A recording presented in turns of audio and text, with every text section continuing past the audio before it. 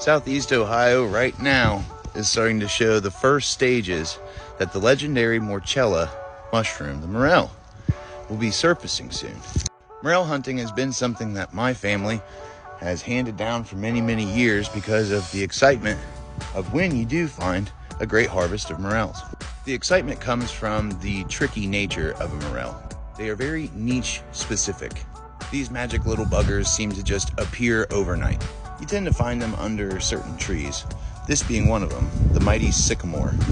This big, imposing, almost sickly looking tree fosters quite a bit of morels here in Southeast Ohio.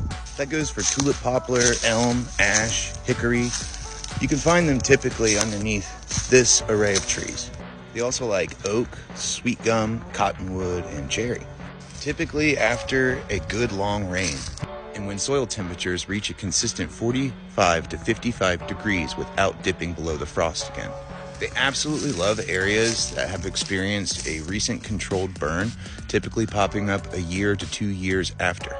Morels like about 60 degrees or higher temperature in the early spring, and then whenever the temperature stays at about 50 degrees at night. Soil testers come in handy when trying to find a spot that might have morels during morel season.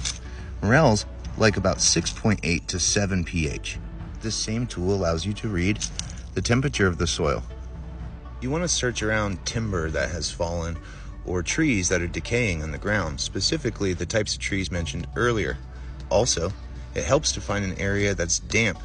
Mushrooms typically like things to be a bit on the damp side, so creeks and river bottoms are a great place to start. Some people return to their long reliable honey holes only to see that the morels seem to have packed up and left. Well, mycelium can stretch far underneath our feet, making it to where you might just need to look a little harder, because typically the morels will keep popping up in the same area, but maybe just 100 yards to 50 yards away from your last known location. There are also different kinds of morel mushrooms. Typically the first to appear will be your black morel, that's Morchella elata, and you can actually use nature to give you signs of when you can start looking. Whenever the trout lily pops up, this being a trout lily, usually the conditions are right for black morels. Using nature as a calendar is a very handy way to get yourself out at the right time to find what you're looking for.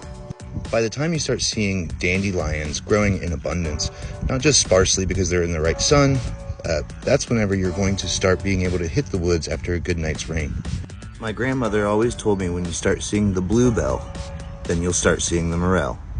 Now, morels also like to grow under apple trees, but if you are gathering from an area that even in the distant past had harmful chemicals sprayed on it, then you could actually be picking up morels that have embodied those toxic chemicals. Same thing goes with herbicides sprayed on roadsides and just contaminated areas. Keep in mind as well that this is coming from the standpoint of a man who lives in Southeast Ohio. Morels can be very niche specific, and they could grow differently in your area. There is a reason why they call it mushroom hunting.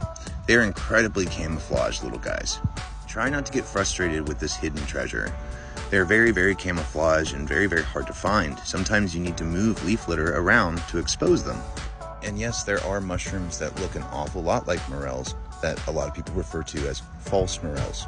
The morels you're looking for are hollow, and I can do a video on identifying the lookalikes. You will notice that quite a few people are reluctant in taking you to their honey holes because the value of morels are actually quite high. They have a short growing season and they're very hard to cultivate because of all the specific needs for their growth.